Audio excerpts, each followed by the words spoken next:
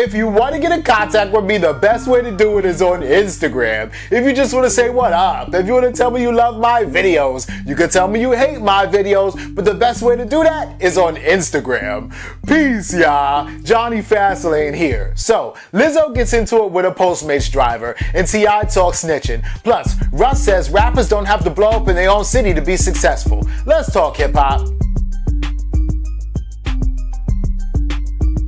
Joe, this is funny, right? Like, and it's hilarious, actually. So the whole situation is, right, that Lizzo goes on Twitter, right, and she ats Postmates, and she's like, hey, this girl Tiffany W stole my food, right? And there's a picture of the girl's face, right? Because usually when you order from like Postmates or Grubhub or Uber Eats, you can see who the delivery person is that's coming to you. They also like track with their phone or GPS, so you can kind of see like where they're at, right? So the whole situation is that Lizzo was in a hotel room in Boston, and she was just chilling or whatever like that, but she ordered some seafood, right? So she ordered the seafood and it didn't come, or it didn't show up, I guess, or it was like super late, right? And the whole thing is that she didn't put a room number on the seafood order. She only just kind of put the address to the hotel, right? And that's cool, right? I've ordered from Grubhub before in a hotel room, and I didn't put the room number. I just put the hotel and the address, right?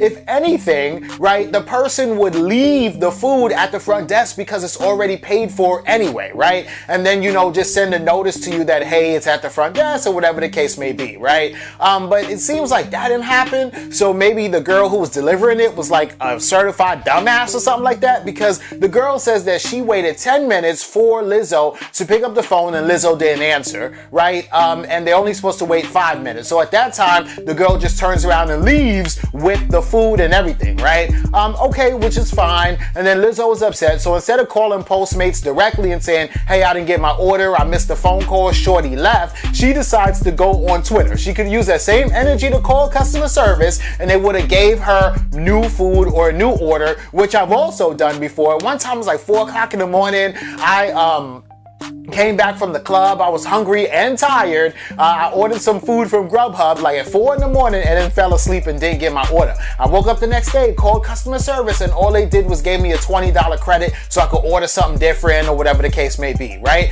So instead of Lizzo doing that, she used the same energy to go on Twitter and like take a screenshot of, you know, the GPS and the girl's face or whatever like that, and says something like, yo, this girl Tiffany W stole my food. She lucky I don't fight no more, right? So at this point, it's getting crazy and out of hand, right? And then I guess all her fans in Boston started jumping on the girl Tiffany W. How they found out her social media, I'm not sure, right? That's what I'm saying. Like, this story is very weird to me, right? Why didn't Tiffany W leave it at the front desk anyway? But whatever, right? So then Tiffany W comes out and she's like, oh, I feel scared and fear. I can't go and do my job because there's people like Lizzo's fans that are trying to run down on me. Like, and I really, like, I'm not so sure that anybody would run down on you for getting like Lizzo's, you know, Postmates order wrong or not delivering the Postmates order, right? And then like, are all her fans, she has like close to 1 million followers on Twitter, right? Do all her fans all live in Boston? Like, come on, how many Lizzo fans are in Boston that are running down on you for real, right? So that also seems a little weird and funny to me, right?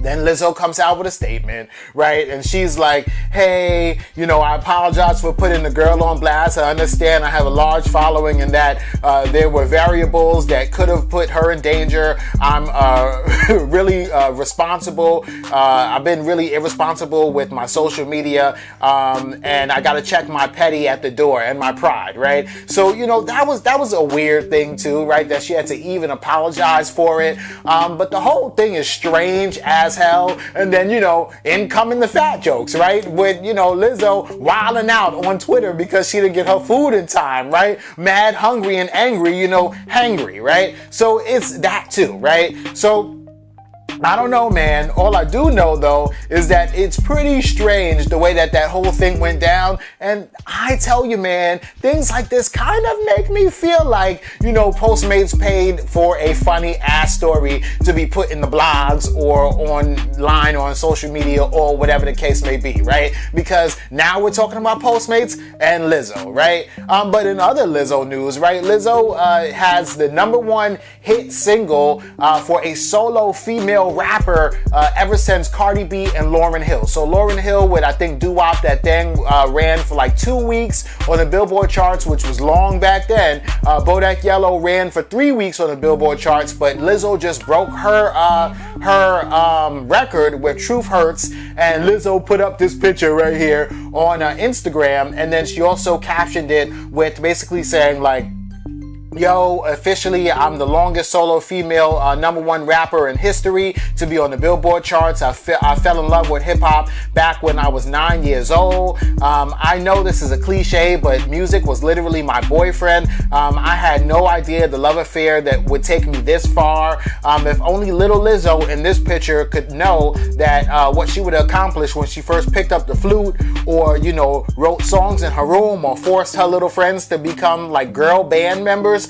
It's just so humbling. And she says it's worth it. And she says, don't run away from your heart. Follow that bitch to its destiny, right? So that's cool, you know, that Lizzo broke all those records. And that's crazy. Like, she's the only rap solo female to be on the charts for that long, right? But let me know what you think about all this in the comments down below.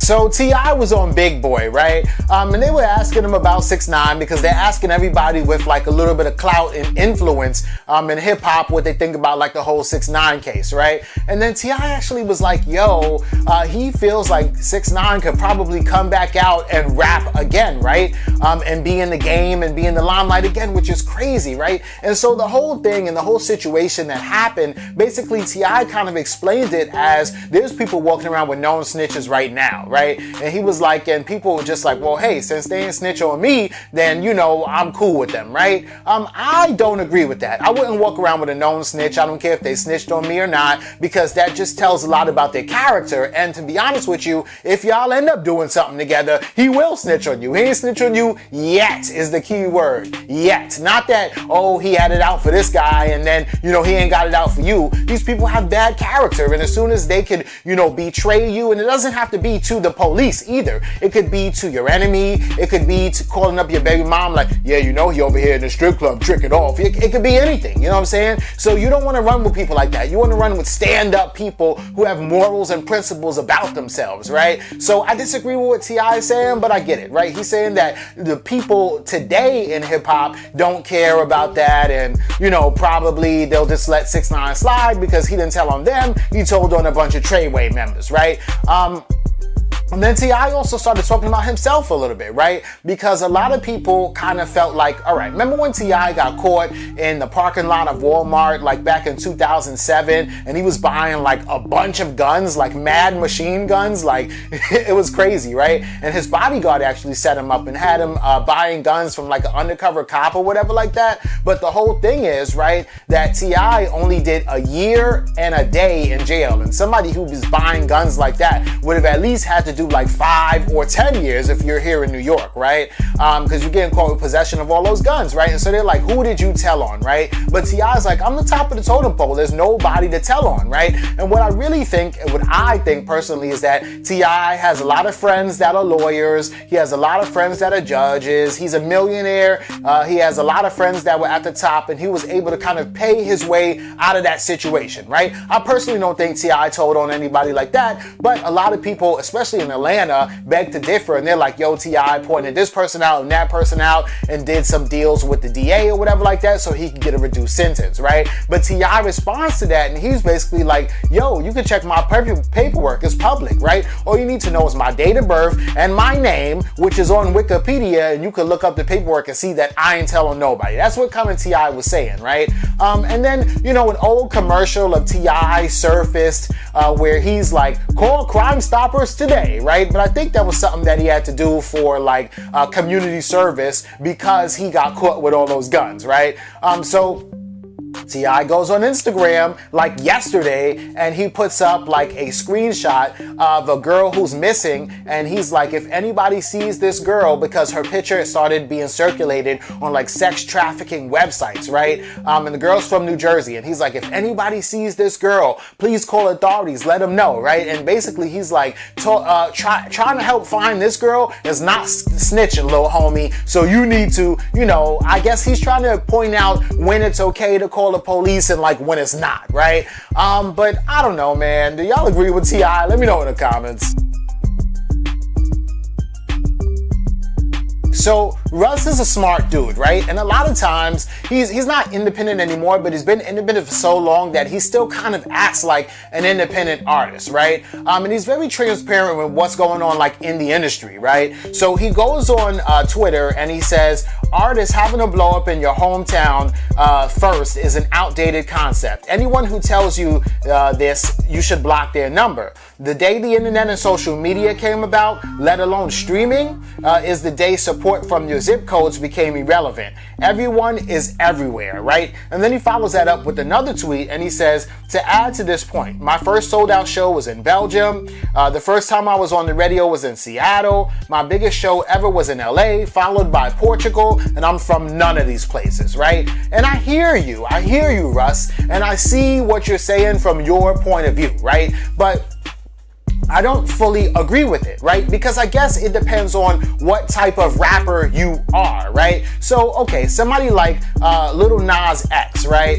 He is the type of rapper that, yes, social media worked very well for him, streaming worked very well for him, and he blew up all over the place globally with that song Old Town Road, even though a lot of people don't even know where he's from, right? You think maybe he's from Texas, right? Or Tennessee, or someplace like that, or Alabama, someplace where like country music is big in, right? But he's not. He's from Atlanta. Not saying that country music is not big in Georgia, but he's like from the hood in Atlanta, right? He's from like where the Migos are from, right? So if you're talking about a rapper like a Lil Nas X, then yes, Russ, you are correct, right? But if you're talking about like a different kind of rapper, like a street rapper, right? Then no, you got to blow up in your own city first. If you are a street rapper, right? There's only one example of one street rapper who didn't blow up in their city, and we'll talk about that rapper in a minute, right? But think about Pop Smoke, welcome to the party, right? He's from New York, right? If he didn't blow up really in New York like that, or in Brooklyn first, I don't know how popular he would be, right?